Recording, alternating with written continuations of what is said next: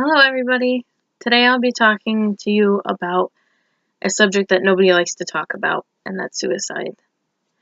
Suicide's an irrational decision to end your own life.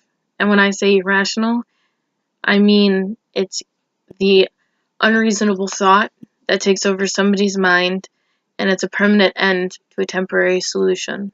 Dr. John Campbell, the chair of psychiatry and behavioral health at The Ohio State University, says, for reasons we don't fully understand, people reach such depths of despair and pain that they begin to believe that they're better off dead. Now, these words truly relate to someone like me, and I understand them since I'm a fighter of these types of thoughts every single day. According to the American Foundation for Suicide Prevention, suicide is the 10th leading cause of death in the United States, and for every one suicide, there are 25 attempts. I know the struggle to be trapped in your own mind and to know how it feels to want to escape those thoughts and the depression and thinking it's the only way out to end your own life, but it's not so simple. Suicide's nasty and is caused by so many things, but it is not the answer. There are many solutions and ways to find help to this temporary problem that you're having today, but there is a tomorrow. Knowing that suicide is a problem and it's steadily becoming worse, understanding some of the causes will give you more of an understanding of what some people go through daily.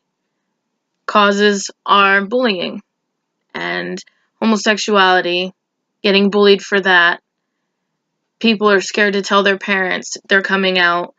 Sexual abuse, not truly knowing how much you're worth, and mental illness. Experts say there are multiple reasons for struggling with mental health, like heavy social media use, economic burdens, your family issues, exposure to violence, and they can all be factors for depression, according to Dan Riedenberg, Executive Director of the Suicide Awareness Voices of Education. Now, with all these voices in your head fighting with you on ending your life, there are ways to fight back. And that's people who don't have suicide, who have suicidal thoughts. You look for those signs in people. You see they're sad daily, that they're having problems at home, they're staying asleep all day, they're not talking, they're kind of withdrawn. Those are people who do and are having signs of depression and anxiety. Though that's how I was. I was in college, laying in my bed all day, not talking to anybody. I couldn't sleep. I sat in bed all day, and I just felt like crying, but I couldn't. And at that point, I couldn't see that anybody would help me. And someone who seen me helped me. Knowing that you're not the only person who goes through this every day is a way to prevent this as well. Go to somebody you know that you think will help, that you know will help, and ask for it. You can always prevent your feelings through art, or you can push your feelings through art, or you can get counseling and medication. I do art, and I express all my pain, all my suffering through artwork, and this has been my way of help since December 2014. Finding the very subtle signs of a suicidal person can prevent the start of a chain reaction.